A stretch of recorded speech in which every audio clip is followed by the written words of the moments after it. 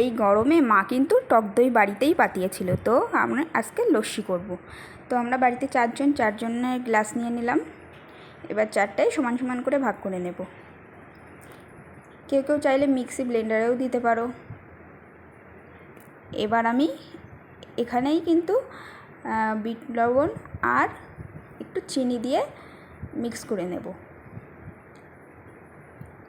তোমরা কেউ কেউ চাইলে একটু কালো মানে গোলমরিচের গুঁড়োও একটু দিতে পারো, ঝাল ঝাল বেশ ভালোই লাগবে, স্মেলটাও সুন্দর আসবে। তো দেখো আমি কিন্তু এক এক করে সব ফাটিয়ে নিচ্ছি। তোমরা বাড়িতে এইভাবে করতে পারো। এরপর হাতের সাহায্যে পুদিনাগুলো একটু ম্যাশ করে নিয়ে সবগুলোই একটু দিয়ে নিলাম। এবার কিন্তু আমি ফ্রিজে ঠান্ডা জল দেব। কেউ কেউ চাইলে আইসও দিতে পারো, তো আমি ঠান্ডা জল দিচ্ছি।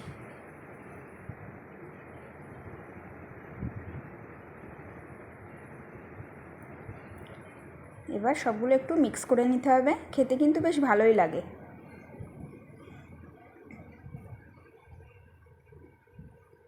এরপর আমি ডেকোরেশনের জন্য একটা পুদিনার পাতা দিয়ে দিলাম ওপরে।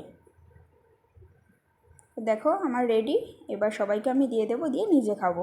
তো কেমন লাগলো জানিও, ভালো লাগলে লাইক কমেন্ট শেয়ার করে দিও, পাশে থেকো। টাটা।